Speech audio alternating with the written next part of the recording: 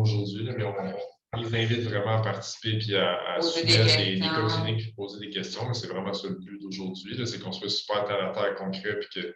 Pratique. Ouais. Good. Ouais. Parfait. Donc, tout le monde commence à se joindre à nous. Je vais aussi déjà demander à tout le monde si les gens peuvent ajuster leur nom d'utilisateur Zoom afin que je confirme les présences parce qu'une petite attestation de présence va vous être envoyée après. Donc, bienvenue à tous. Super. Puis, comme Dr Léger était en train de dire, effectivement, n'hésitez pas à ouvrir vos micros pour poser des questions tout au long de la présentation. Ça se veut interactif aujourd'hui. Oui, bien content de vous voir tout le monde. Je regarde tous les noms, j'en reconnais plusieurs. Merci à Dr Léger, à Anne Chambre, le physiothérapeute, présent, d'offrir ce volet 2. Si vous n'avez pas eu la chance de participer au volet 1, là, demandez à avoir les accès. Je pense qu'il est sur le site déjà de l'OCP. Oui. Très intéressant. Pour votre information, il y a d'autres dîners savoirs qui vont avoir lieu là, dans les prochaines semaines. On vous invite à aller sur le site de l'OCP dans l'onglet événements à venir. Vous allez voir l'offre qu'on a pour vous.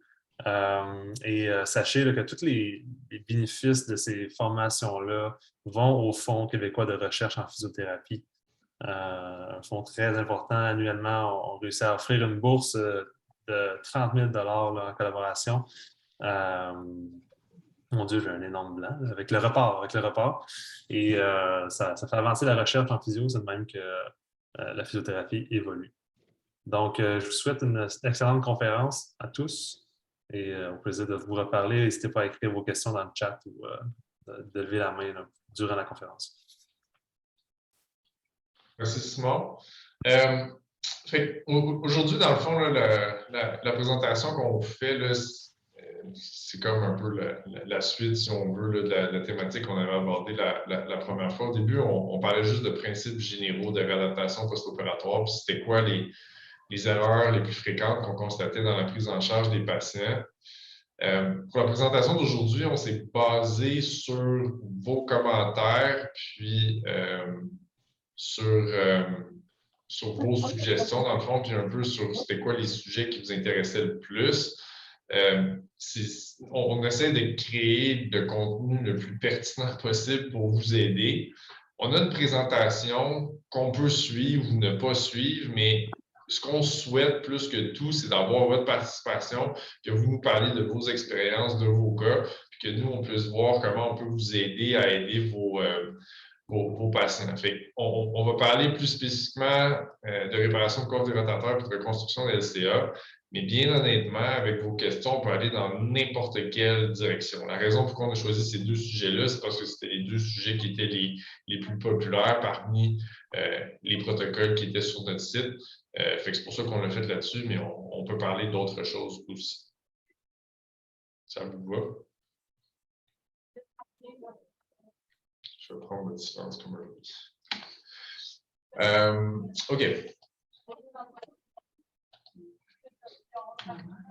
Donc, préparation de la coiffe des rotateurs. C'est quoi les indications chirurgicales? Bien, en général, quand on a des problématiques, la coiffe des rotateurs, il y a une grosse place au traitement non chirurgical par la physiothérapie. Dans quelques situations, on oriente les patients un petit peu plus précocement vers la chirurgie. Les indications que je vous mets là, c'est important de comprendre que les indications, ça varie de chirurgien à chirurgien, puis la littérature n'a pas clairement établi qui doit être opéré et qui ne doit pas être opéré.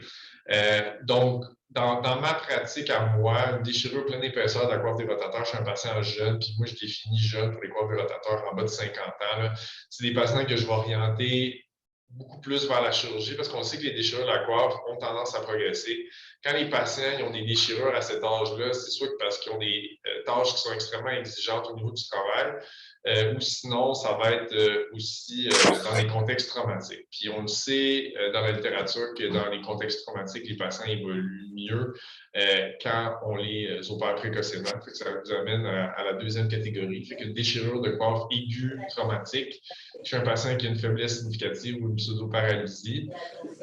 Donc, la plupart des patients qui vont avoir des déchirures de la coiffe des rotateurs, c'est des déchirures chroniques. C'est un phénomène d'atrophie de micro-déchirure qui progresse lentement au fil du temps, puis auquel le patient s'adapte progressivement. Puis souvent, la plainte principale des patients, c'est de la douleur avant que la faiblesse significative soit présente. Quand on a une déchirure de coiffe aiguë traumatique, c'est un patient qui avait une épaule normale, qui a par exemple fait une chute d'une échelle, puis soudainement, du jour au lendemain, son bras ne lève plus du tout. Des fois, ça peut être une déchirure de coiffe massive, donc ça peut être des grosses déchirures qui impliquent plusieurs tendons. Des fois, ça peut être une toute petite déchirure. Mais quand on a une déchirure de coiffe aiguë traumatique, en général, on va avoir une perturbation significative des amplitudes actives, puis on va avoir des faiblesses significatives qui vont être objectivées à l'examen physique parce que ce n'est pas un phénomène qui est apparu progressivement au long cours où il y a des compensations qui ont été développées par le patient. Du fait que c'est traumatique, le patient n'a pas été en mesure de développer une compensation, puis souvent, il va avoir une pseudo-paralysie associée, même pour une déchirure qui n'est pas si grosse que ça. Ces patients-là, souvent, on va les orienter vers une chirurgie précoce. Une chirurgie précoce, c'est quoi? En dedans de peut-être 2 à 3 mois là, suite au traumatisme, on va essayer de les opérer. Après ça, les autres patients qu'on va opérer, c'est tous les patients qui ont échoué un traitement non chirurgical qu'on juge approprié. Puis le traitement non chirurgical, ça peut être quoi? Ça peut être des infiltrations de cortisone, ça peut être de la physio, ça peut être des infiltrations de PRP. Le PRP, ça demeure quelque chose de très expérimental qui n'a pas encore été éprouvé par la littérature, mais c'est des choses qu'on commence à faire à l'hôpital, à Maisonneuve, puis on va prochainement débuter un projet de recherche conjointement avec le service de clinique La Douleur. Éventuellement, on aura peut-être un petit peu plus de données là-dessus. Mais tout patient qui aurait échoué un traitement non chirurgical, en général, un échec de traitement non chirurgical, c'est quelqu'un qui n'aurait aucune amélioration avec une combinaison de ces traitements-là après environ 3 mois. Là. Déjà à 3 mois, là, si on n'a aucune zéro amélioration, on devrait considérer s'orienter vers une chirurgie parce que c'est rare que des patients qui n'ont aucune amélioration à 3 mois vont soudainement développer des améliorations magiques à 6 et 12 mois. Les gens qui auraient des gains partiels, bien ça, on peut continuer dans cette même tendance-là. Mais s'il y a quelqu'un qui n'a vraiment pas d'amélioration, qui a le même niveau de douleur, qu'on n'est pas capable de progresser dans notre renforcement ou quoi que ce soit, c'est des patients qu'on va orienter vers la chirurgie. C'est un peu dans ce contexte-là qu'on va opérer des patients. Qu'est-ce qu'on fait quand on est en chirurgie? Bien, il y a 1000 et une techniques pour réparer des déchirures de la coiffe des rotateurs. C'est rare qu'on fait exactement la même chose à 2 patients différents, mais dans le fond, c'est souvent des combinaisons, d'aller mettre des ancrages, puis de passer des fils au niveau des tendons, puis après ça, de réattacher ça. OK. Fait pour ce qui est de la réhabilitation post-op de la coiffe en physiothérapie, bon, c'est sûr qu'il n'y a pas beaucoup d'études, hein, toujours le même problème qu'on a en physio, il n'y a souvent pas beaucoup d'études, souvent pas de consensus non plus, fait que ça devient un peu difficile de savoir qu'est-ce qui est mieux pour nos patients.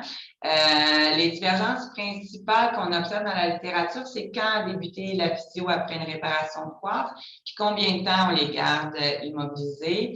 On parle de 2 types d'approches, des approches plus agressives, des approches qui sont plus conservatrices. À HMR, quand même, ici, avec notre protocole, je vous dirais qu'on se situe plus vers la tendance agressive, fait que nos patients ne sont pas immobilisés longtemps et on les débute en physiothérapie, nous, à 1 semaine post-op.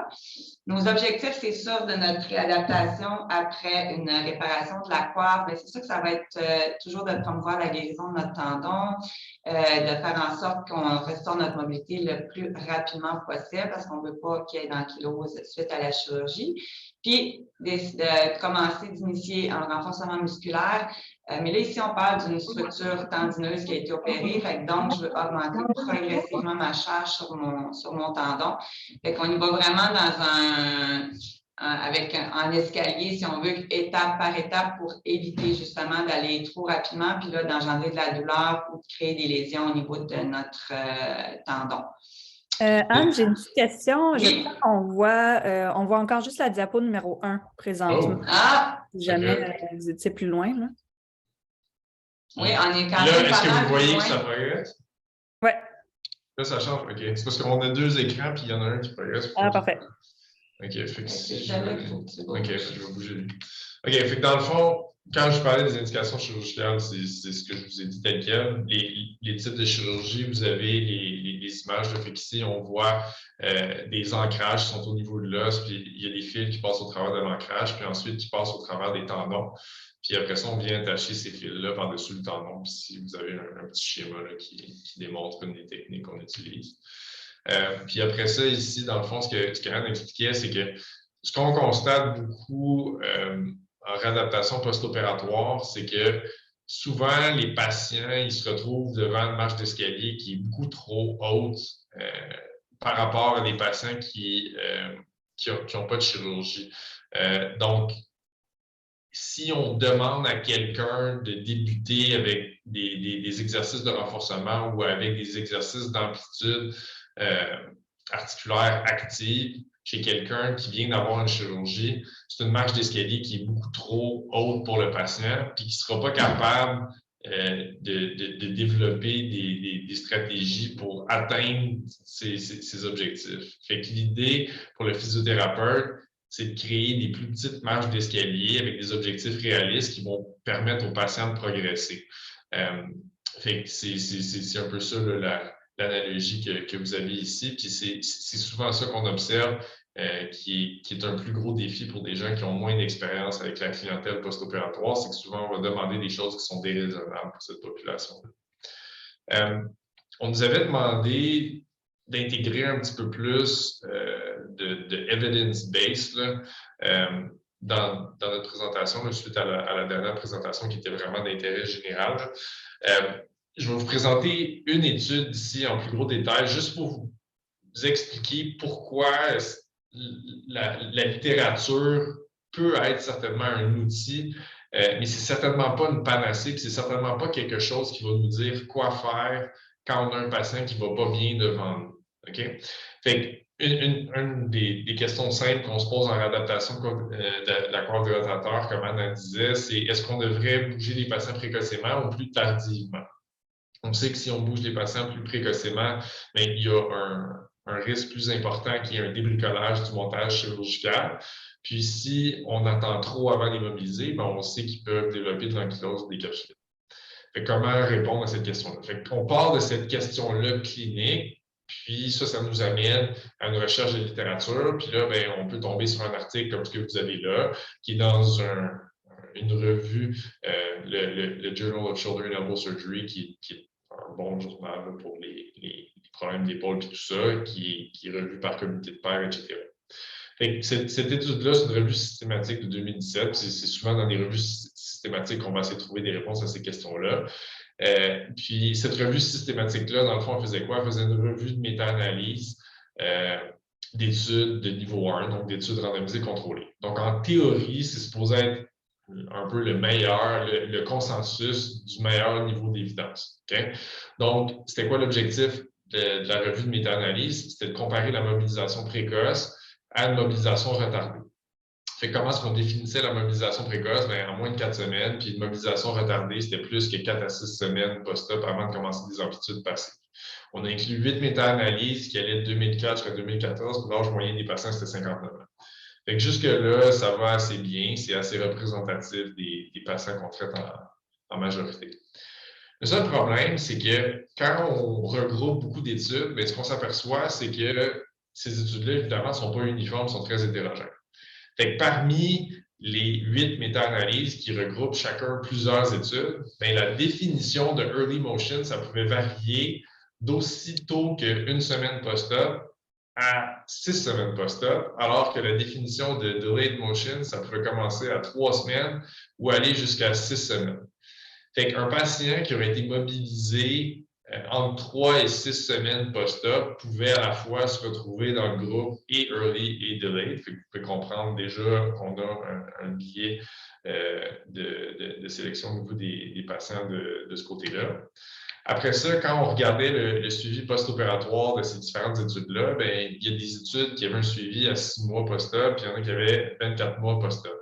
Si on parle d'un suivi à 6 mois post-op, c'est un suivi qui est extrêmement tôt pour une chirurgie de réparation de la coiffe des rotateurs. Est-ce que les conclusions qu'on tire à 6 mois, c'est vraiment des conclusions qui vont encore être valables à 12, 24 mois et plus que ça, on peut se poser la question. Puis après ça, quand on regarde un petit peu plus en détail les études individuelles, ben, ce qu'on regroupait à l'intérieur de nos méta-analyses, c'était des patients qui avaient des déchirures de taille qui étaient différentes, allant de toutes petites déchirures à très grosses déchirures. Après ça, on avait une variabilité au niveau de la technique chirurgicale. Soit qu'on avait une approche avec une incision ouverte ou des techniques arthroscopiques. Des fois, on utilisait un ancrage, des fois on utilisait plusieurs ancrages. Après ça, il y avait une variabilité au niveau de l'immobilisation en post-op. Est-ce qu'on utilisait une attelle thoraco-brachiale avec le bras en rotation interne ou en rotation neutre ou avec un coussin d'abduction ou pas? Après ça, bien, il y avait une variabilité au niveau de ce qu'on considérait qui était le early puis le delayed, comme je vous ai dit. Puis après ça, il y avait une variabilité au niveau des techniques d'imagerie qu'on utilisait pour documenter s'il y avait soit une guérison ou une redéchirure du tendon. Fait que vous voyez que chacun de ces paramètres-là, c'est quelque chose qui peut influencer de façon indépendante le outcome des patients, puis qui n'a absolument rien à voir avec l'aspect physiothérapie de la prise en charge des patients. Okay? Donc, si on arrive aux résultats, sans surprise, le groupe Early Motion présentait des meilleures amplitudes articulaires initialement. Donc, jusqu'à 1 an post-op, il y avait des meilleures amplitudes que le groupe qui commençait les exercices de mobilisation tardivement. Ce qu'ils se sont rendus compte, c'est que dans le fond, dans les scores fonctionnels, les deux groupes étaient similaires.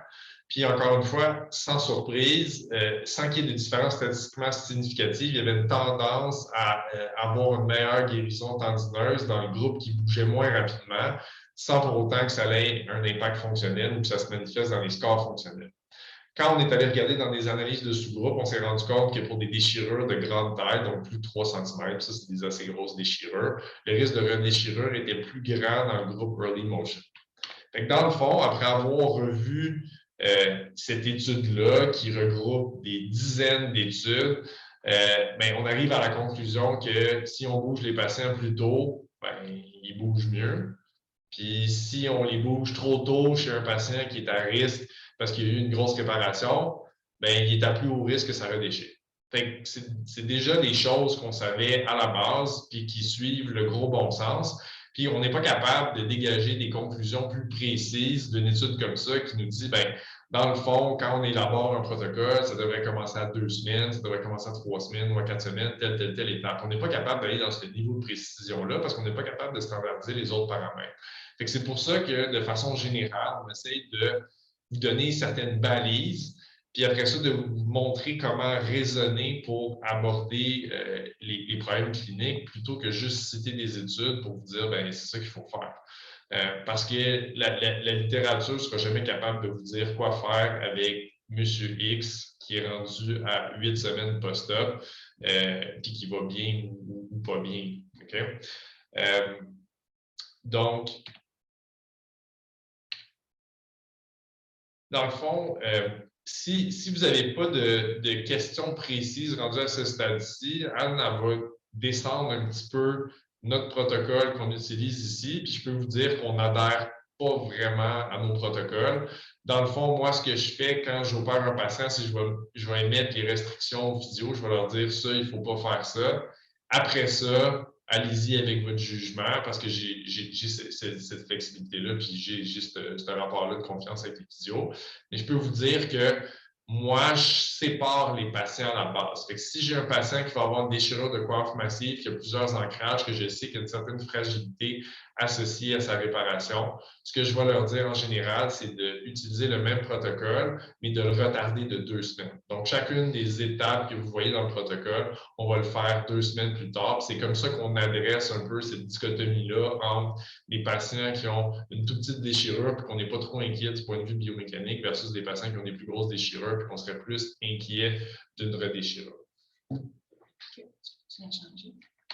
Est-ce qu'il y avait des questions, des questions plus spécifiques par rapport à des cas que vous avez eus ou on y va avec le protocole?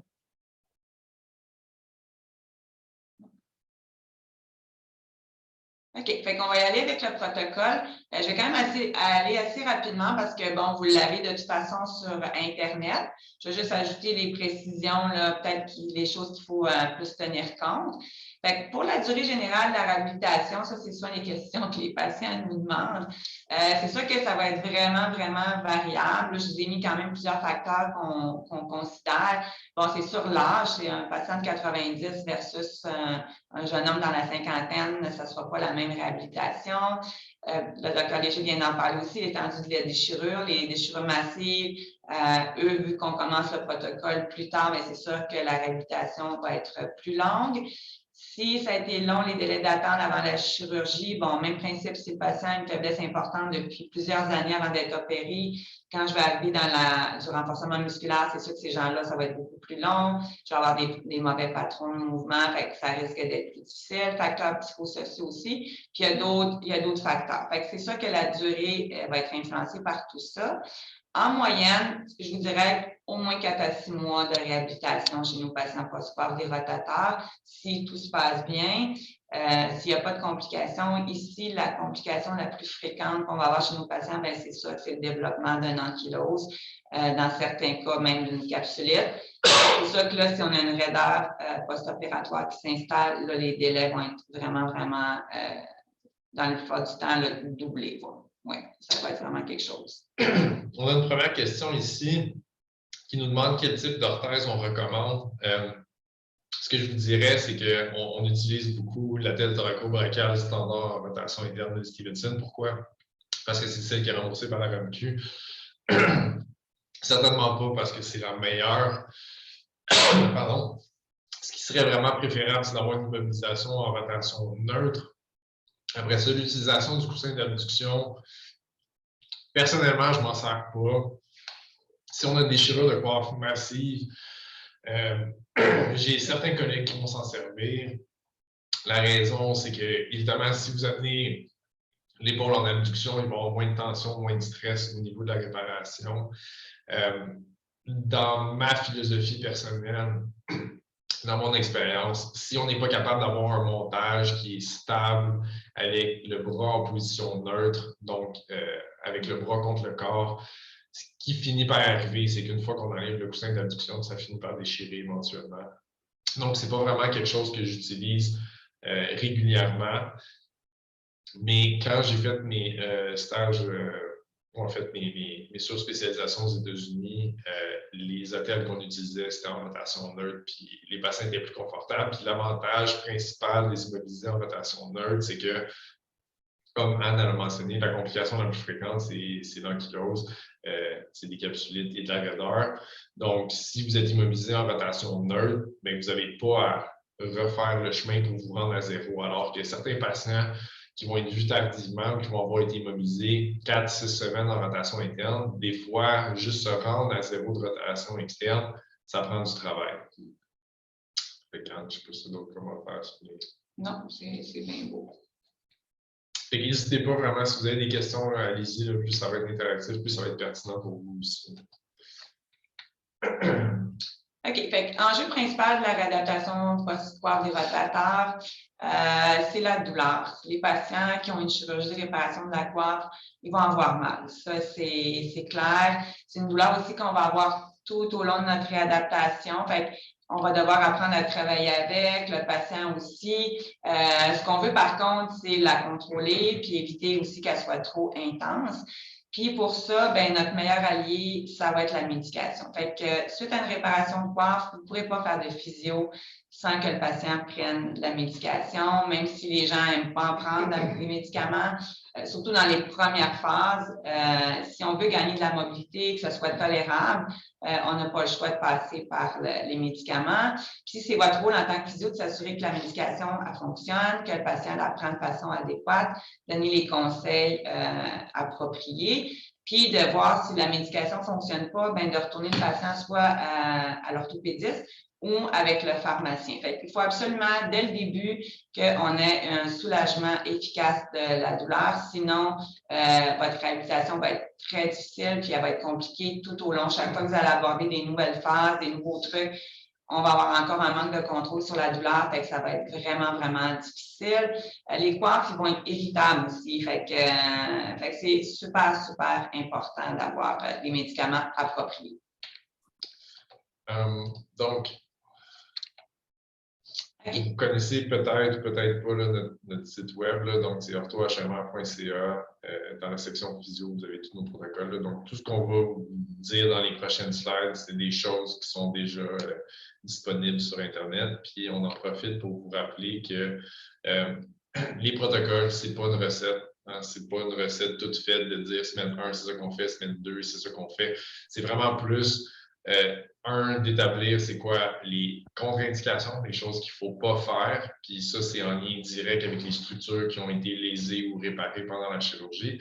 Puis après ça, c'est d'établir c'est quoi la séquence, puis la progression, puis de donner des repères pour être en mesure de savoir avec vos patients, est-ce que mon patient il progresse bien, est-ce qu'il progresse normalement, puis quelles sont les étapes qu'on devrait franchir, puis c'est quoi les différentes marches d'escalier qu'on devrait utiliser là, pour se rendre jusqu'à notre objectif. Okay. Fait que c'est ça, c'est vraiment les protocoles. Ce qui est important, c'est de se fier aux critères, dans le fond, de progression plus que sur les semaines. Chacun est différent, vos patients vont vraiment progresser de façon différente selon aussi des facteurs qu'on a énumérés. C'est sûr que si on va trop vite, qu'on passe d'une phase à l'autre trop rapidement, ça risque aussi de se compliquer, puis on peut devoir régresser à ce moment-là. Restrictions, ben oui, Dr. Léger l'a mentionné, ça c'est vraiment quelque chose qui est non négociable, que vous devez respecter, mais aussi vous assurer que les patients les respectent. C'est notre travail aussi de leur donner les indications claires sur ce qu'ils n'ont pas le droit de faire pour justement pas mettre en danger là, la réparation tendinosa. OK. Fait que la phase 1, ça, je vais y aller assez vite parce que, comme je vous disais, vous les avez déjà sur le site Internet. Ce qu'il faut se rappeler ici, c'est qu'on est dans une phase de protection. Le patient vient d'être opéré, protection puis de prévention. Fait qu'on veut gagner de la mobilité, mais en irritant le moins possible. Fait que, on y va, ben, à cette phase-là, le patient va être encore avec son attelle. À Maisonneuve, on la garde 4 semaines. Bon, là, vous allez avoir toutes les modalités antalgiques, la glace, les conseils, mobilité passive qu'on va initier. Fait qu'on veut gagner de la mobilité, par contre, à chacune de nos séances, mais en augmentant le moins possible la douleur. Fait que si moi, je gagne mon 5-10 degrés puis que le patient n'a pas eu de douleur, tant mieux. C'est ça qu'on vise ultimement. Fait que ici, normalement, en chirurgie, ici, la mobilité va évoluer très rapidement. Fait qu'on veut théoriquement avoir des gains à chaque semaine. Fait que c'est sûr que si votre mobilité, elle augmente pas du tout d'une semaine à l'autre, ben là, il faut remettre en question nos interventions, notre façon de mobiliser, vérifier ce qui se passe. Fait qu'on veut une progression vraiment constante à chacune de nos visites. Puis on va commencer aussi des exercices de mobilité active au niveau de l'omoplate, ou de poignée de doigt. Avec nos critères pour progresser en phase 2, ce serait une bonne... Là, on est à 4 semaines. Théoriquement, la douleur devrait être bien contrôlée. Le patient devrait dormir quand même bien. Puis, les mobilités qu'on vise, c'est du 120-140 en flexion, 30-60 en rotation externe, assez collé au corps. Phase 2, 4 à 6 semaines. Là, ici, on initie, dans le fond, le renforcement. Ici, on parle de renforcement, mais on parle plus de mobilité active ou active assistée parce qu'on travaille avec des épaules qui ont une force inférieure à 3. C'est sûr que pour eux, faire de l'active ROM, c'est du renforcement. On veut aussi compléter le plus possible notre mobilité passive. On va travailler aussi ici à ce niveau-là beaucoup notre stabilité de l'omoplate. On sait que souvent, avec des déchirures de coiffe, on va avoir la dyskinésie de la scapula associée. Fait qu'on veut l'initier rapidement, une bonne stabilité pour nous permettre, quand on va travailler notre rythme scapulo-huméral contre gravité, qu'on ait déjà une bonne force au niveau de notre omoplate. Ça passe sur notre grand dorsal, notre dentier et nos rhomboïdes. Ici, je l'ai mentionné un petit peu tantôt qu'on a des muscles inférieurs à 3. Donc, c'est vraiment, vraiment important de commencer en actif assisté. Ça, je vous dirais que je fais ça autour de 4 à 6 semaines. Semaine 6 à 8, où là, j'ai le droit d'initier mon actif. On commence évidemment encore dans notre idée d'escalier puis de progression avec gravité diminuée ou avec assistance à la gravité. Puis quand le patient réussit ces exercices-là pour augmenter ma difficulté, bien moi, je vais augmenter l'impact gravitationnel. Puis je vais l'augmenter selon est-ce que j'ai des patrons de mouvement adéquats. Fait que c'est sûr qu'avant d'utiliser des résistances et des poids chez cette clientèle-là, ça va prendre quand même beaucoup de semaines. Fait que je commence coucher sur le dos, sur le côté. Me permet aussi d'inhiber mon trapèze, d'éviter les compensations. Mon patient va être plus stable. Puis si ça se passe bien, je vais incliner mon lit. Après ça, je vais le travailler assis. Après ça, je vais le travailler en position debout. Fait que ça, je l'ai déjà dit aussi, on le travaille de façon graduelle. Toujours augmentation progressive de la charge et sans douleur, ou douleur très minime. On commence aussi les angles de l'épaule, encore douleur légère, 2 sur 10 en position de repos pour limiter la charge sur le temps bas. Nos critères de progression, normalement 2 mois, on espère avoir une mobilité passive. Douleur encore constante, mais vraiment légère au repos. Puis, quand on a fait les trucs de renforcement, bien, on n'a pas eu d'augmentation importante de douleur. Puis, si on n'a pas ça, bien, on reste encore avec la même phase. Fait que si j'ai des gros manques d'amplitude, c'est sûr que je ne vais pas aller en phase 3, ça ne donnera rien. Ou si j'ai de la douleur juste à l'isome, c'est sûr que si je progresse en actif rhum contre gravité, les patients vont avoir trop de douleur. OK, 8 à 12, là, on est encore dans du renforcement, puis on veut finaliser notre mobilité passive parce qu'on avait des restrictions de rotation interne dans des dés d'extension dans les 8 premières semaines. Fait que là, je vais compléter ça. Ici, à ce stade-là, comme on a moins de restrictions aussi, on va encourager l'utilisation du membre supérieur dans la fonction. Ça, c'est important pour qu'ils perdent leur attitude de protection. Souvent aussi, les patients vont développer des douleurs dans l'épaule contralatérale parce que ça fait 2 mois qu'ils l'utilisent beaucoup trop. Fait que pour éviter des problèmes aussi, de l'autre côté, on veut décharger le membre qui n'a pas été opéré. Fait on va dire aux patients d'utiliser son bras. On va le faire en leur donnant des instructions claires. Parce que c'est sûr qu'à 8 semaines, ils ne sont pas prêts à lever des sacs d'épicerie ou à les pelleter. Fait qu'on va leur dire exactement ce qu'on veut qu'ils fassent dans la fonction, puis ce qu'on ne veut pas aussi qu'ils fassent. Fait que les patients, ils ne savent pas, ils ont vraiment besoin d'être informés pour ne pas faire des gaffes. Puis pour ne pas non plus aller augmenter la douleur, rappelez-vous toujours qu'ils sont super irritables facilement. Le travail musculaire, bien là, je vous ai mis, moi, c'est sûr que j'essaie toujours de travailler dans le maximum d'amplitude possible pour que ma coiffe ait le temps, ma coiffe haute muscle ait le temps de développer le maximum de force. Je travaille de toutes les façons possibles, en concentrique, en excentrique, en isométrique. Souvent, au début, on va essayer de faire travailler la coiffe plus en co-contraction. Ça risque d'être moins irritant. Deltoïde antérieur, souvent, c'est très, très faible chez nos réparations de coiffe, puis il va nous causer des soucis quand on va arriver pour élever contre gravité. Fait que moi, je mets beaucoup d'emphase sur le renforcement du deltoïde rapidement. Chaîne fermée, gros avantage aussi chez des patients qui n'ont pas toujours un bon risque scapulo-huméral à cette étape-là. Le fait de travailler en chaîne fermée, bien, j'ai moins de risques de mauvais patrons. Je travaille aussi ma proprio. Je travaille en globalité, mes muscles épaules, triceps, biceps. Fait que c'est toujours quelque chose que je vais aimer utiliser aussi. Critère de progression de la phase 3, bien là, à ce stade-là, normalement, on a une mobilité passive et active complète de l'épaule. Notre scapulo-huméral est bon aussi. Et là, je suis avec la douleur intermittente. Théoriquement, j'en aurais plus au repos. Légère à l'activité. Fait que oui, en ont, mais elle disparaît vraiment rapidement dès qu'ils cessent de bouger. La phase 4, là, on est vraiment dans notre dernière phase. Et puis, ici, on veut préparer pour un retour au sport, retour au travail si on a besoin. On veut améliorer tout dans le fond. Force, proprio, fonction, souplesse. Fait ici, on a le droit d'initier la main dans le dos, qui est la seule chose qu'on commence à 12 semaines. Là, on va aller travailler. Normalement, moi, à 12 semaines, je vais faire un bilan musculaire super détaillé avec mon dynamomètre pour voir qu'est-ce qui me reste comme faiblesse. Là, ici, je veux faire du renforcement un peu plus pointu. C'est sûr que si mon deltoïde postérieur est pas faible, je ne vais pas aller le travailler pour rien.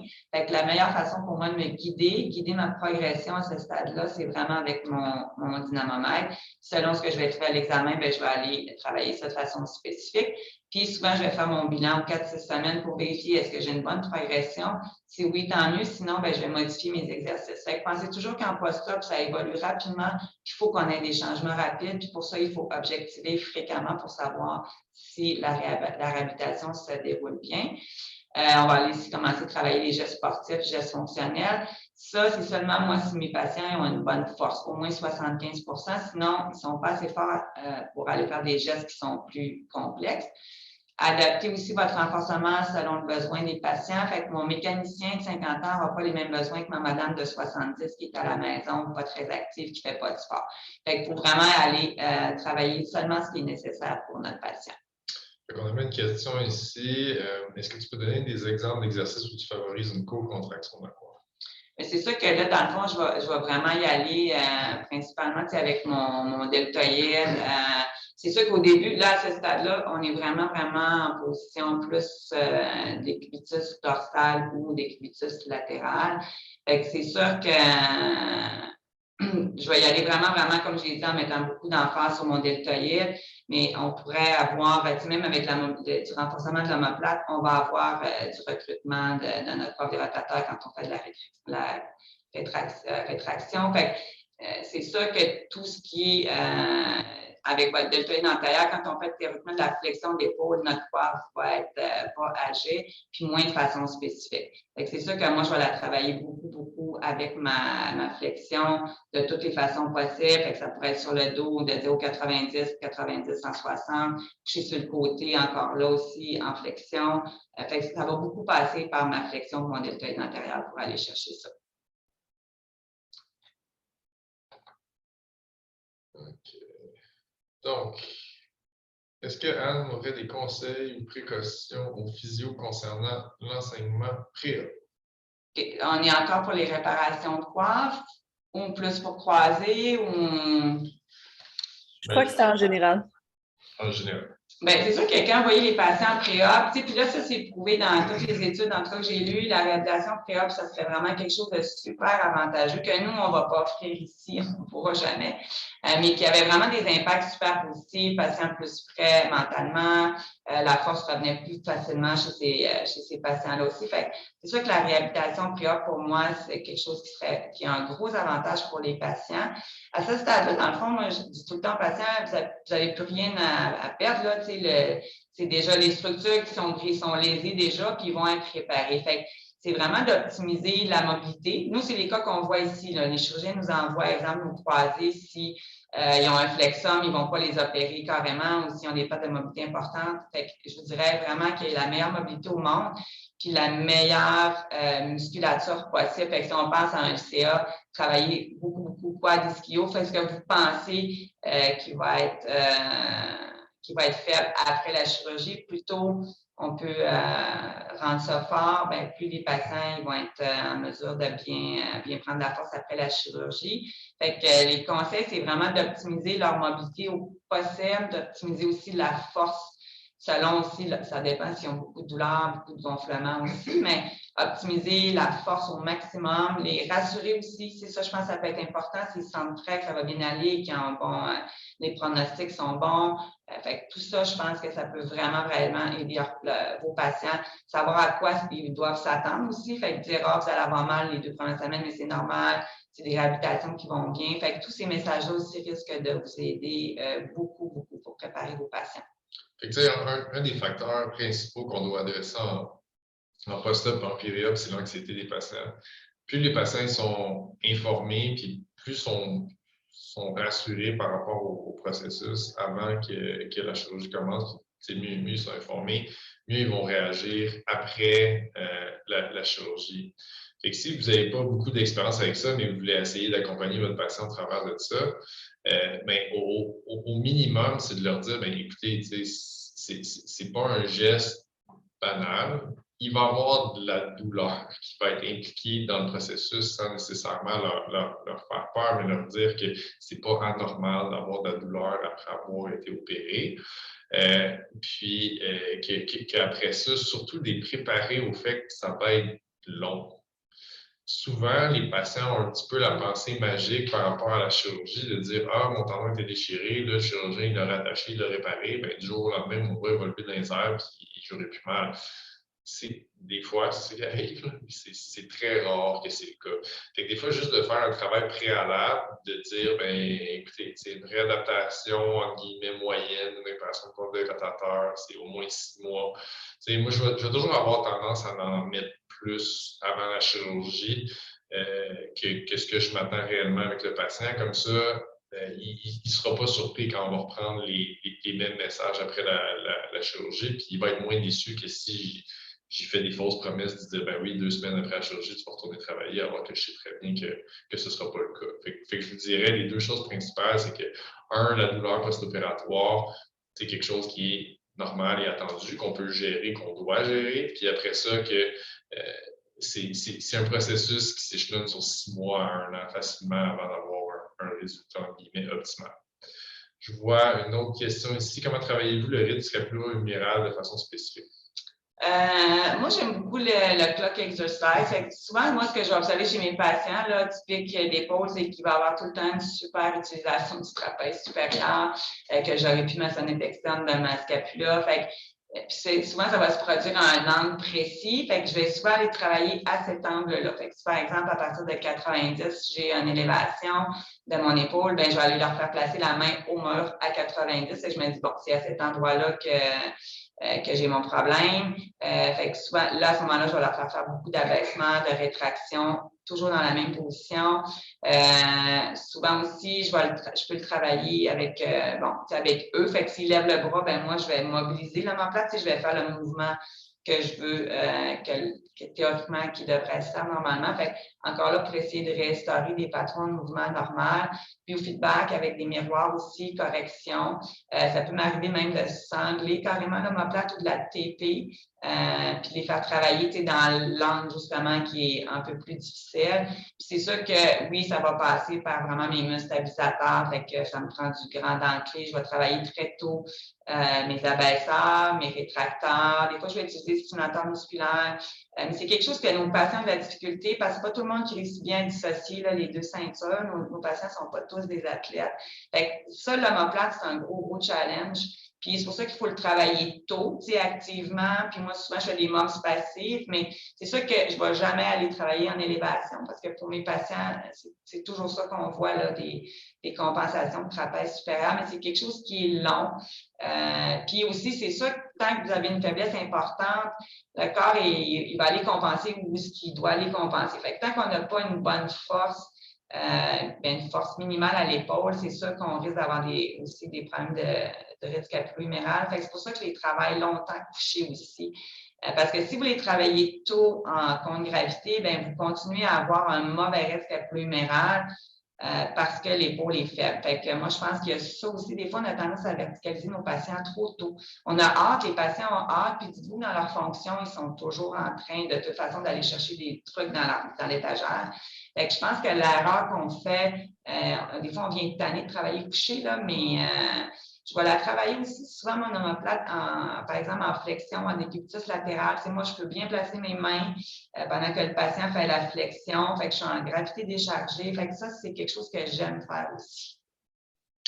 Fait qu'on a un commentaire ici de Marc-André Sarrazin qui mentionne que pour une clientèle plus active, c'est difficile d'avoir une fonction optimale avant 9 à 12 mois, puis même qu'on peut aller faire des gains en force, endurance, puissance, agilité sur 2 ans, certainement. En général, quand nous, on interrompt, si on veut, notre suivi ici, parce que on peut pas, on n'a pas le luxe nécessairement de les raccompagner jusqu'à temps qu'ils reprennent le sport, disons, de haut niveau. Tes critères de congé, ça ressemble à quoi? Ben moi, normalement, c'est ça. Mon suivi régulier, exemple pour les croisés ou même les épaules, je veux une force à 75 %. Ça, c'est ça, des amplitudes complètes, pas beaucoup de douleur, les genoux, normalement, pas beaucoup enflés. Puis après, je vais faire des contrôles aux 2 mois. Est-ce que la force continue de progresser? Parce que ce stade-là, ils vont être au gym, ils vont avoir des exercices à la maison.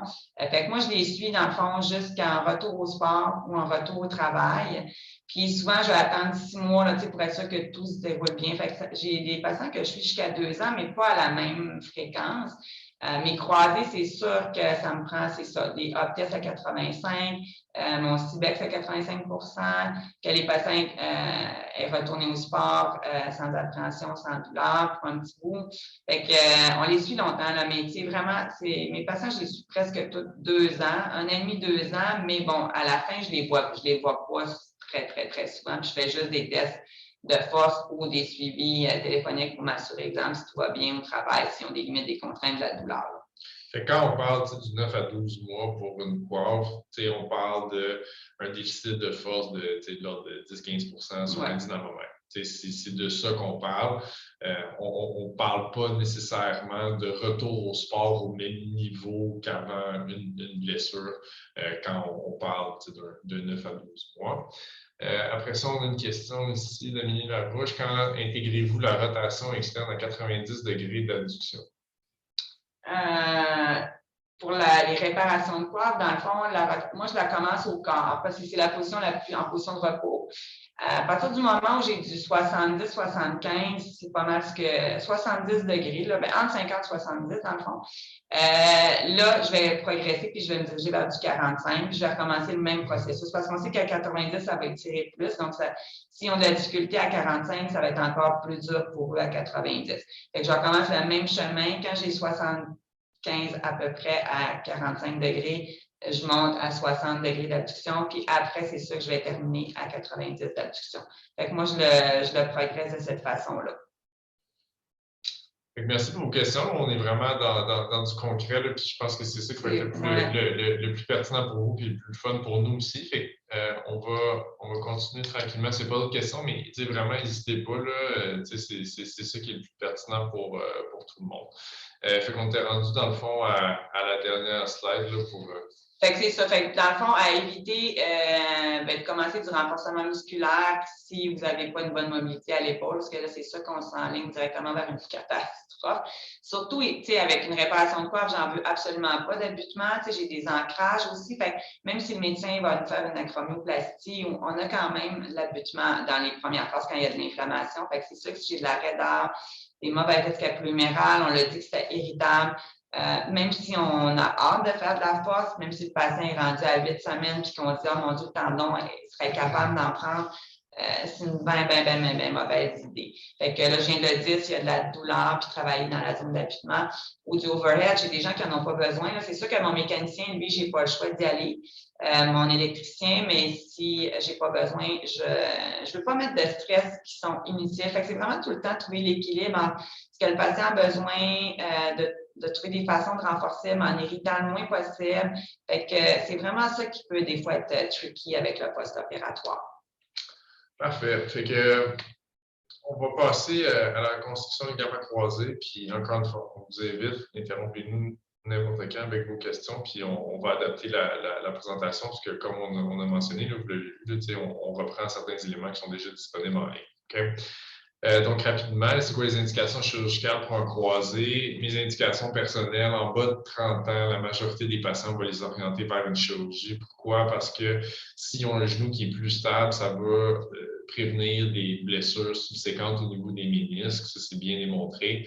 Ce qui est moins bien démontré, parce que ça prendrait des études à plus long terme de très haute qualité, c'est la survenue d'arthrose. Okay? Mais c'est logique, si on y pense, de dire, OK, moins il y a d'instabilité au niveau du genou, moins il y a de chances qu'il y ait de l'arthrose qui se développe à long terme. Puis, si on est capable d'éviter des futures déchirures médicales, c'est probablement dans l'intérêt du patient. Puis, étant donné que les patients sont jeunes, c'est des choses qui prennent plusieurs années avant de se développer, donc il y a probablement un bénéfice de ce côté-là. Pour les patients qui sont en 30-50 ans, la décision est vraiment mise dans les mains du patient. On n'oriente pas du tout la conversation. On laisse le patient un peu mentionner c'est quoi ses objectifs personnels, qu'est-ce qui est réaliste aussi, parce que souvent, ce qui arrive, c'est que les patients de moins de 30 ans par rapport à plus que 30 ans, les objectifs sont très différents. Souvent, quand on est dans la tranche 30 à 50 ans, les patients vont avoir des jeunes enfants, ils relativisent un peu plus leur participation aux activités sportives, puis ils sont prêts dans une certaine mesure à laisser tomber certaines activités sportives qui sont à plus au risque d'instabilité, comme les sports de pivot et ces choses-là. Donc, naturellement, il y a des gens qui vont dire, ben non, écoute, moi j'ai 30 ans, je veux retourner faire du soccer, puis j'y tiens, puis je veux le faire. Puis ces gens-là, on va les orienter un petit peu plus rapidement vers la chirurgie. Il y en a d'autres qui vont dire, ben tu sais, dans le fond, ça ne me dérange pas de laisser tomber 2 ou 3 activités. Je peux-tu continuer à faire de la course, faire du vélo, des affaires comme ça? On va leur dire, ben oui, il n'y a aucun problème. Puis ils vont se satisfaire de ça. Après ça, quand on arrive dans la tranche à plus que 50 ans, là, ben, on va orienter la conversation un petit peu plus vers le traitement non chirurgical. Puis en général, les patients, je ne les opérerai pas avant qu'ils aient fait au moins 3 mois de physio, puis qu'il y ait vraiment un échec là, à cette physio-là avant de considérer une reconstruction. Parce que c'est jamais banal faire une reconstruction de ligament croisé antérieur. C'est des longues réadaptations. C'est difficile de retrouver notre force musculaire au niveau entre autres du quadriceps. Puis, plus on est vieux, bien évidemment, plus cette réadaptation-là est difficile. Du point de vue technique, la chirurgie est aussi facile. Il n'y a aucune considération particulière pour un patient de 50 ans, mais le travail à faire en réadaptation est considérable. Donc, une des façons de m'assurer que je vais avoir un patient motivé, un patient compliant, puis qui comprend dans quoi il s'embarque, c'est de se faire de la physio en pré-op. Si jamais ça ne fonctionne pas, ben, je le sais qu'au moins il va être motivé puis il va être compliant en post-op. Évidemment, il y a plusieurs types de greffes qu'on peut utiliser pour faire des reconstructions, puis ça va avoir un impact sur la réadaptation parce que ce n'est pas les mêmes structures qui vont être lésées, puis il n'y aura pas nécessairement les mêmes restrictions ou les mêmes défis. Les 2 catégories principales, c'est le tendon rotulien puis les ischio-jambiers. Puis quand on parle d'ischio-jambier, c'est semi-tendineux et gracilis qu'on va utiliser. Plus récemment, on commence à utiliser le tendon du quadriceps. Il y a toujours la possibilité d'utiliser des allogreffes, des greffes synthétiques. C'est beaucoup plus rare. Vous allez en voir moins. Mais évidemment, quand on utilise une allogreffe ou une greffe synthétique, il y a certaines restrictions que vous allez voir dans notre protocole qui est bâti essentiellement pour les ischio-jambiers parce que c'est la technique qu'on utilise le plus fréquemment. Il y a certaines restrictions qui ne s'appliquent pas, comme le fait de ne pas faire de renforcement des ischios pendant 8 semaines. Bien, évidemment, si ce n'est pas ça qu'on a pris comme greffe, bien, il n'y a pas de restriction associée à ça. Voilà. OK. Fait que la durée de la réhabilitation, on en a parlé un petit peu tantôt en répondant à la question, comme je disais, avec le suivi que nous, on fait. Fait que ça aussi, ça va être vraiment, vraiment variable selon l'âge de la patiente, selon si, bon, il y a des complications qui surviennent ou non. Mais ça, je l'ai bien dit tantôt. Fait qu'on a un suivi régulier jusqu'à 75 de force. Puis par la suite, on les voit 2 mois en faisant des tests SPEX puis des up tests pour avoir nos critères de retour au sport.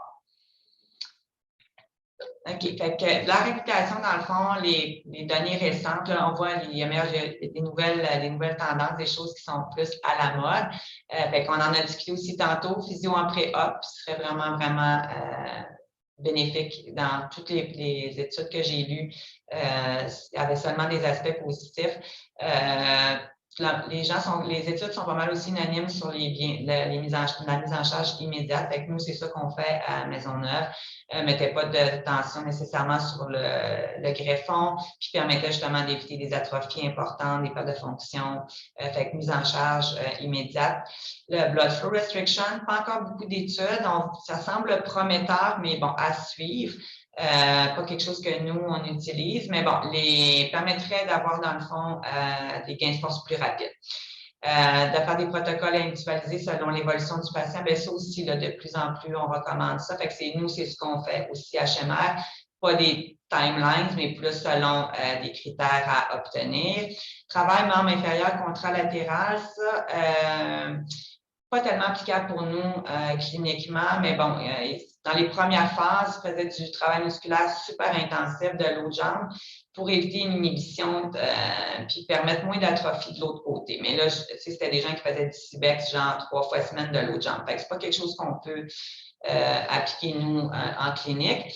Et le fameux retour de la chaîne ouverte. Bon, ça aussi, il y a des modes. On fait de la chaîne ouverte, on n'en fait plus, c'est dangereux. On fait rien de la chaîne fermée. Mais là, on revient à la chaîne ouverte et à ses avantages.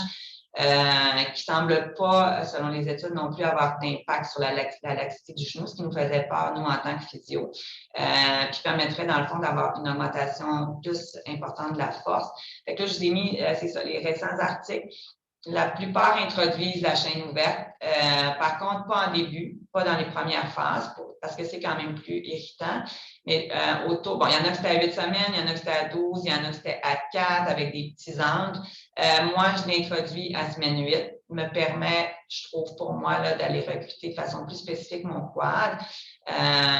Bon, c'est sûr que si les gens ont des problèmes de rotule, on dit toujours que c'est du cas par cas, mais règle générale, c'est sûr que je vais faire du quad en chaîne ouverte à partir de la semaine 8 pour aller chercher plus spécifiquement plus de force. Chaîne fermée va être plus pratique pour la fonction, mais par contre, pour moi, les moins spécifiques, les patients peuvent plus compenser. C'est sûr que pour aller recruter mon quad au maximum, moi, je vais faire de la chaîne ouverte à partir de la semaine 8. Les enjeux principaux pour nos croisés, bien, on l'a dit, c'est d'avoir une bonne force quad ischio, les ramener à leur niveau antérieur de sport, puis éviter qu'ils se blessent de nouveau. Il est 1 heure. Nous, on peut rester encore un autre 15 minutes. Là. Je ne sais pas si les gens ils veulent rester un petit peu plus là, parce qu'on a commencé un petit peu plus tard. Là. Et pour ceux qui ont peut-être des patients justement à 1 heure, est-ce que ça vous convenait si on partage aussi la présentation? Ben oui, pas de problème. Ouais. Fait que moi, je vais me charger aux participants de l'envoyer aussi le PowerPoint complet. Là. Et si vous avez des questions brûlantes sur les croisés, encore une fois, mettez-les dans le chat, partagez-les, puis on va les adresser tout de suite aussi.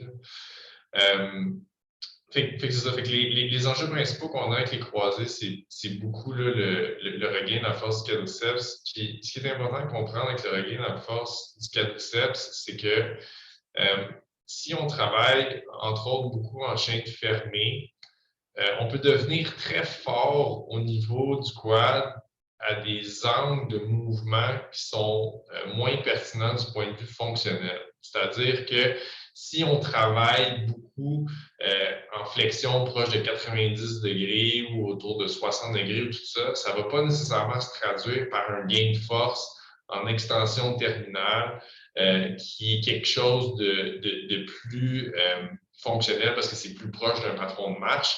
Puis ce qu'on remarque beaucoup, c'est qu'il y a des patients qui vont développer des tendinites de la patte doigt ou des douleurs de la face médiane du genou, des fois au niveau de la bandelette aussi, parce qu'ils vont avoir une faiblesse de leur VMO puis une faiblesse de leur quad en extension terminale, puis qu'ils vont surutiliser des extenseurs accessoires comme le sartorius ou la bandelette iliotibiale. Fait que c'est important quand vous faites votre renforcement de porter attention à la force, à plusieurs angles de flexion, puis de ne pas ignorer cette extension-là terminale qui souvent est très, très, très importante. Puis ça, on peut faire autant de chaises, autant de squats qu'on veut, ça ne nous aidera pas à aller chercher cette force-là. Fait que là, dans le fond, Anna va passer les étapes du protocole s'il n'y a pas d'autres questions qui se présentent. OK, fait que ça, j'en ai parlé tantôt. On a une approche personnalisée avec des objectifs à atteindre. On met de la mise en charge partielle immédiate.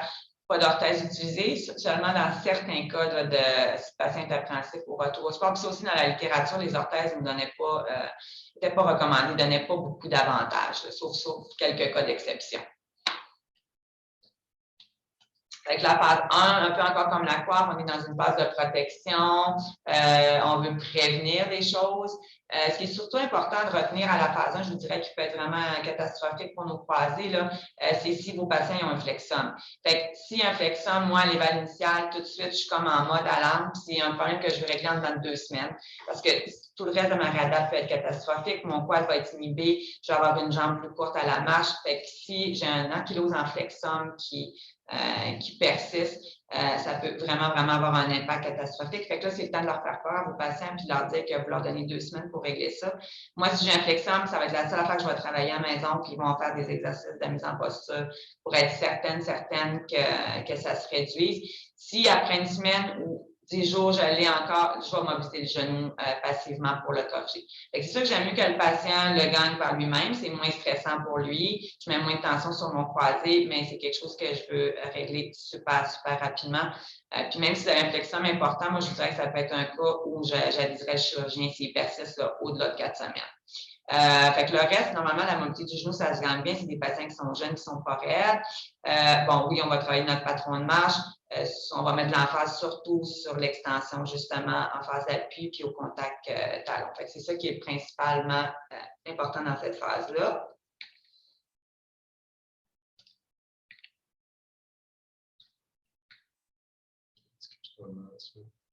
Là, écoute, on fait du renforcement global. Hein, à la semaine 04, hanche, genou, cheville, bon, ça, vous les connaissez, les poids des hommes, du faire de la stimulation électrique.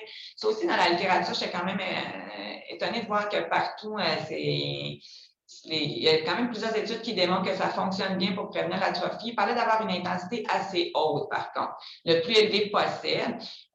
Travailler le VMO, puis oui, là, on peut commencer la chaîne fermée. Si votre mise en charge est bien tolérée, c'est sûr que si rush juste à marcher normalement, je ne vais pas aller commencer des squats, mais sur ces genoux-là.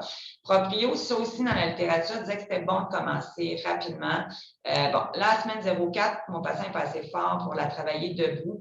Mais moi, là, je vais leur faire commencer en position assise sur des ballons suisses. Juste commencer à un peu éveiller la proprio sur mon genou. Super important après pour une réadapte ligamentaire. Ce que je vous dirais par rapport au quad ISOM, c'est un exercice qui a l'air vraiment niaiseux, mais il faut porter attention au fait que la contraction et la fatigue musculaire est ressentie au niveau du quadriceps. Hier, j'étais en clinique, j'ai vu une patiente qui était à 6 semaines post-préparation médicale. Puis, elle a une inhibition complète de son quadriceps. Elle a déjà développé une tendinite de la patte droite alors qu'elle est en béquille puisqu'elle n'a pas le droit de faire de la mise en charge. Et que juste en 6 semaines, elle a réussi à développer un patron d'inhibition complète de son quadriceps. Puis, quand je lui demande de faire une contraction isométrique de son quadriceps, elle le sent dans ses fessiers, puis elle le sent dans ses ischio-jambiers quand je lui demande d'écraser mon poing quand je le glisse sous son genou. Et tout exercice, aussi banal soit-il, on doit s'assurer que la fatigue et la perception de travail musculaire est ressentie dans le bon groupe musculaire. Parce que si on fait juste se fier à Physiotech qui nous dit que ça, c'est un exercice de quad, ou ça, c'est un exercice d'ischio, ou c'est un exercice de ça, surtout dans le contexte post-opératoire, le cerveau et le corps humain est extrêmement impressionnant pour développer des patrons de compensation qui rendent le patient en apparence fonctionnel, même si certains groupes musculaires ne sont pas du tout sollicités. Ça, c'est quelque chose qu'on voit vraiment, vraiment régulièrement. Fait que si, encore une fois, on ne le détecte pas rapidement dans le processus, mais des fois, on peut avoir une fausse perception que le patient progresse bien dans ses acquis, mais qu'après ça, il y a une douleur post-opératoire. On se dit, mais c'est normal, il vient d'avoir une chirurgie et tout ça. Mais ça peut aller très loin dans ce processus-là. On a déjà eu une patiente qui était rendue à 6 mois post-op, qui était une athlète en pré-op, qui trouvait la façon de faire des squats en unipodal puis qui n'avait aucun recrutement de son quadriceps. Elle avait des douleurs atroces au niveau de toute sa chaîne postérieure. Ça nous a pris 2 ans à la remettre sur pied. Juste conduire en voiture pour se présenter à l'hôpital pour faire ses séances de physiothérapie au début du moment où on l'a pris en charge, c'était une souffrance atroce. Donc, portez vraiment attention à ça. Okay? Si je donne un exercice de quad, il faut que je le sente dans le quad. Si je donne un exercice d'ischio, il faut que je le sente dans les ischios. Ça, c'est valable pour n'importe quel exercice, chaîne ouverte, chaîne fermée, peu importe. Il faut le vérifier souvent, je vous dirais, parce qu'on dirait que les patients, comme ils sont faibles aussi, ils vont rester collés longtemps dans leur mauvais patron. Fait oui, ça nous demande du temps d'aller jeter un œil, mais moi, je vais toujours jeter un petit œil, je leur demande encore s'ils se sentent au bon endroit. Puis, même chose pour nos exercices à la maison, toujours vérifier. Fait que pas penser que s'ils le faisaient bien lundi, qu'ils le font encore bien nécessairement le mercredi. Souvent, ils vont avoir tendance à oublier rapidement ou c'est pas de leur faute, ils sont faits. Fait que le corps va chercher des moyens de compenser, c'est évident. OK, fait que pour progresser à la phase 2, bien, ça, c'est les critères. Fait que ROM 0-120, un poids quand même à 3, bon, on contrôle SLR, notre gonflement est léger à ce stade-là, douleur qui est contrôlée, mise en charge bien tolérée. Fait que ici, on vise à aller chercher, c'est une phase qui est assez longue, 4 à 12. Fait que là, on veut aller chercher notre mobilité complète du genou, avoir un bon patron de marche. À ce stade-là aussi, on va vouloir cesser les béquilles, augmenter force en genou-cheville, puis commencer à travailler de façon très importante notre proprio. Ici, je vous dirais, dans le renforcement, comme j'en ai parlé tantôt, moi, c'est sûr que je fais de la chaîne fermée pour les 8 premières semaines. Attention à notre biomécanique, activation musculaire adéquate, le Dr. Léger vient de vous le mentionner. on respecte toujours la douleur. C'est sûr que dès que c'est possible, moi, je vais les faire travailler sur l'unipodal pour éviter, encore là, que la jambe saine prenne de la force puis que mon déséquilibre entre les deux continue d'augmenter. C'est sûr que dès que c'est possible, je vais faire travailler le patient sur une jambe. Généralement, moi, à 8 semaines, je fais un bilan musculaire avec mon dynamomètre. Ici, si j'ai une approche avec ischio-jambier, je peux les tester à semaine 8, c'est correct. Puis, ça me permet encore là de voir qu'est-ce que j'ai à travailler, c'est quoi qui est plus faible. Puis, je vous dirais que ça arrive souvent quand j'ai fait mes bilans musculaires. J'ai eu des surprises, c'est des rotateurs externes de hanches super faibles, mais finalement, mes ADD étaient corrects. Fait que, si on veut adapter les protocoles selon ce que nos patients ont besoin, bien, c'est important de savoir s'il n'y en a pas un qui va être pareil. C'est ça qui fait que notre travail est intéressant puis est adapté. Le fait d'avoir les chiffres en livre aussi avec le dynamomètre motivant pour le patient, c'est des longues réadaptes. Fait que pour eux, les exercices de renforcement, des fois, ça peut être contraignant. Fait que s'ils savent qu'ils ont gagné 5 livres, ils sont super contents. Puis nous, on voit que nos affaires fonctionnent. Fait que le dynamomètre, un outil merveilleux. Bon, là, on fait du cardio, du core training, parce qu'on veut les retourner au jeu, puis on sait que c'est important. La proprio, je la commence unipodale, juste équilibre sur une jambe. Puis quand ça se passe bien, bien là, on peut progresser avec des planches, des bosus, des choses plus complexes. Ce qui est dangereux dans les croisés puis dans le risque de récidive puis de redéchirure, puis tout ça, c'est l'asymétrie entre les deux jambes. Okay? Plus que la force absolue, on est mieux d'être plus faible mais symétrique qu'être plus fort mais asymétrique. Puis ça, c'est quelque chose qui n'était pas nécessairement présent il y a quelques années au degré où ça devait l'être dans notre réadaptation. Puis maintenant, nos physios sont plus sensibilisés à ça, à l'importance de l'unipodal. Puis si la jambe contralatérale, elle s'affaiblit dans les premières phases de réadaptation parce qu'on ne fait pas grand-chose, mais honnêtement, c'est tant mieux parce que dès que vous allez retrouver cet équilibre-là entre les deux jambes, bien après ça, vous avez toute la panoplie d'exercices qui sont disponibles et qui s'offrent à vous. Puis vous pouvez faire du renforcement bipodal sans avoir trop d'inquiétude. Si la personne elle veut rester active, elle dit « OK, mais je vais aller m'entraîner, je vais aller jogger, je vais aller faire des affaires », bien, ça va être très difficile pour le membre plus faible de rattraper son déficit de force. Cette asymétrie-là, elle va persister. Puis ça va prendre 6 mois, 9 mois, 12 mois à combler cet écart-là. Donc, plus rapidement on est capable de combler ce déficit-là, plus après ça, on va avoir de la souplesse dans notre programme d'entraînement par la suite.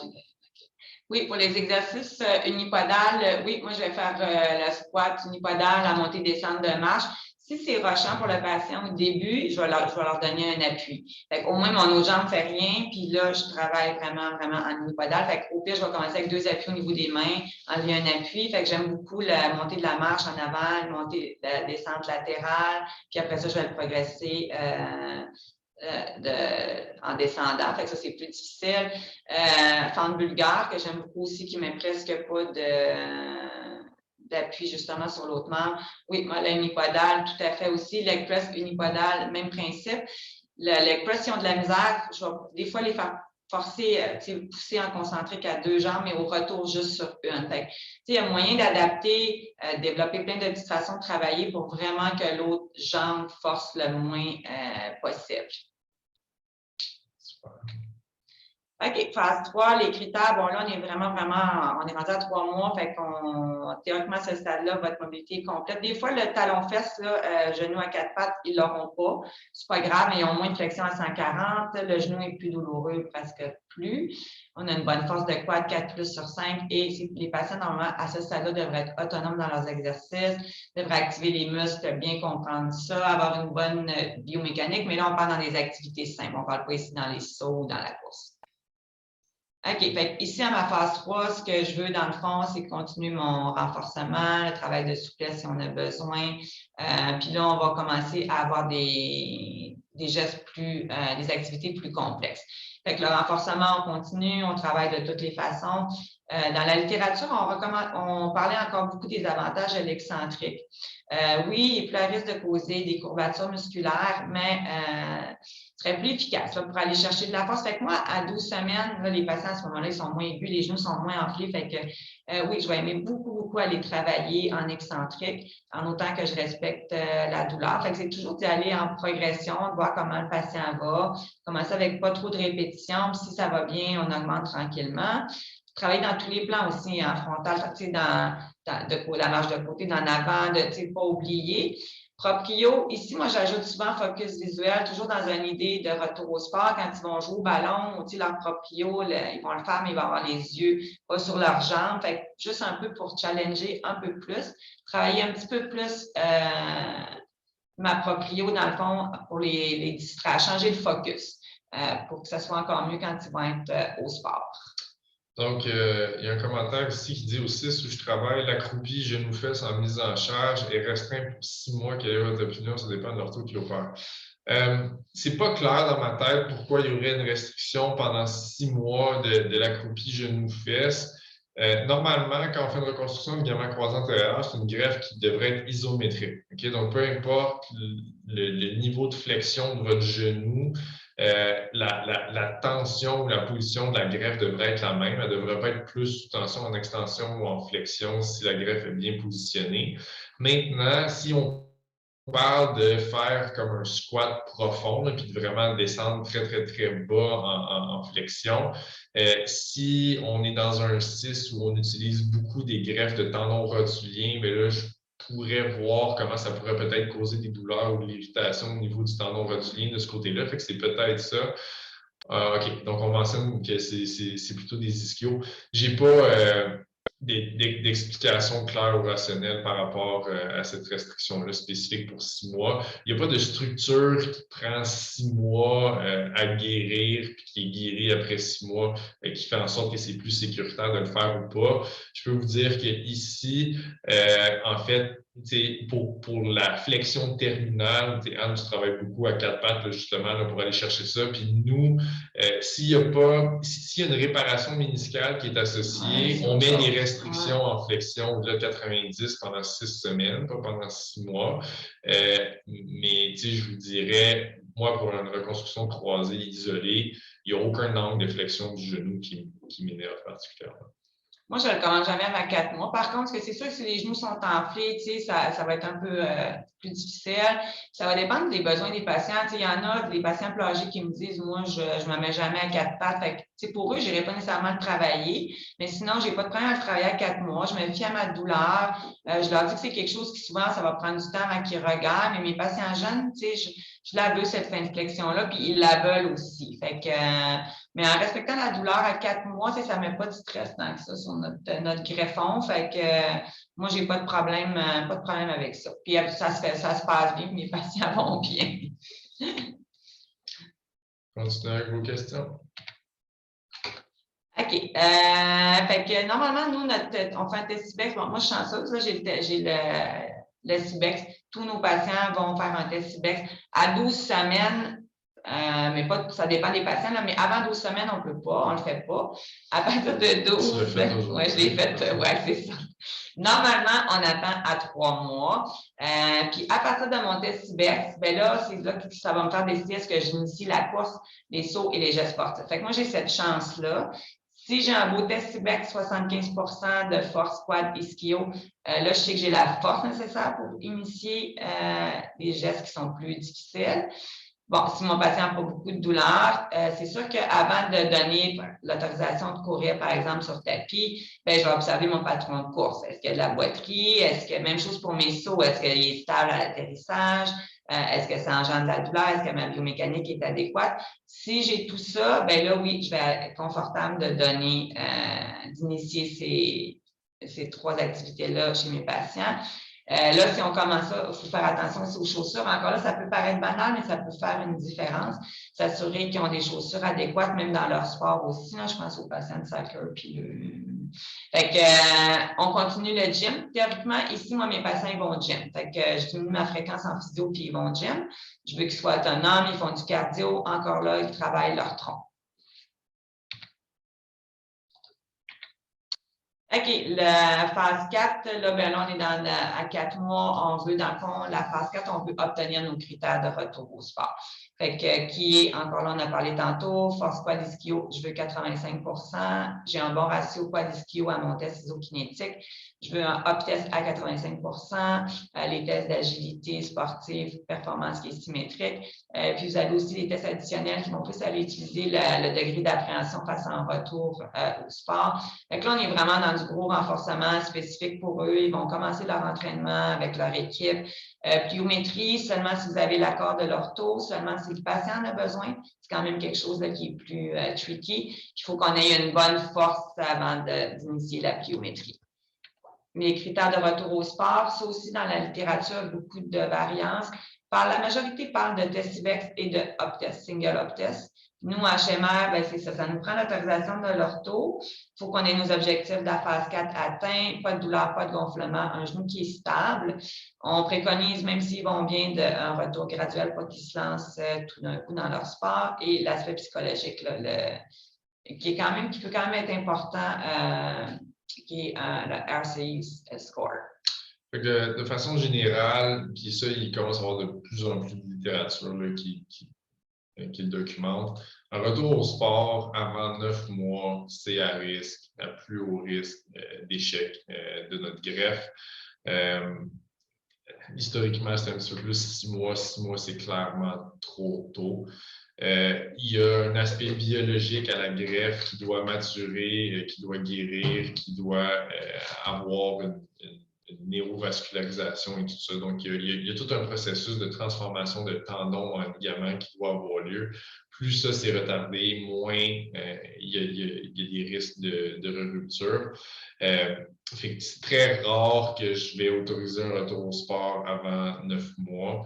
Puis ce que je vais dire à mes patients en pré-op, c'est 9 mois minimum. Puis je leur dis toujours minimum parce que souvent ça va être plus que ça parce qu'ils n'auront pas rencontré les autres critères. Par rapport au retour au sport, une des choses qu'on regarde, entre autres, pour les joueurs de soccer, les gens qui vont avoir des sports de pivot, qui vont porter des souliers à crampons, souvent ce que je vais faire comme progression de retour aux activités sportives, ça va être donc des gestes spécifiques du sport, donc ça peut être du dribblage de ballon, des choses comme ça de façon individuelle. Après ça, ça va être des drills qui vont être de 2 à 2, là, fait qu'avec une autre personne. Après ça, ça va être du jeu un peu simulé avec action puis réaction. Puis ils font tout ça avec des souliers qui ne sont pas à crampons. Parce que ce qui va arriver, c'est que si jamais ils sont dans une période de réaction, puis qu'il y a un événement quelconque d'instabilité, bien, ce qui va arriver, c'est qu'ils ont plus de chances de perdre l'équilibre ou d'avoir un traumatisme au niveau de la cheville, avoir moins de stress au niveau du genou. Puis quand un contexte de jeu un peu imprévisible, sans qu'il y ait des crampons est bien toléré, bien là, après ça, on va mettre les crampons parce qu'on le sait que quand ils vont arriver dans un contexte de réaction, bien là, le stress va être transféré au genou, puis on va être sûr que le corps est capable de bien réagir. Il y a un aspect force, mais l'aspect proprioception est extrêmement important dans le retour au jeu. Fait que si vous pouvez incorporer des exercices où... Parce que un up-test, c'est une tâche qui est planifiée, qui est anticipée. Il n'y a pas de réaction dans un up-test. Fait que si vous êtes capable d'intégrer des éléments d'imprévisibilité à vos exercices de proprioception, c'est là que vous allez voir si le patient va être capable de se protéger quand il va avoir un vrai retour au sport. Fait que si vous lui demandez de faire, je ne sais pas, un squat unipodal sur bossu, mais si vous intégrez le fait d'attraper, admettons, une balle de tennis que vous y lancez, bien ça rajoute un élément d'imprévisibilité qui va stresser le genou encore plus du point de vue proprioceptif.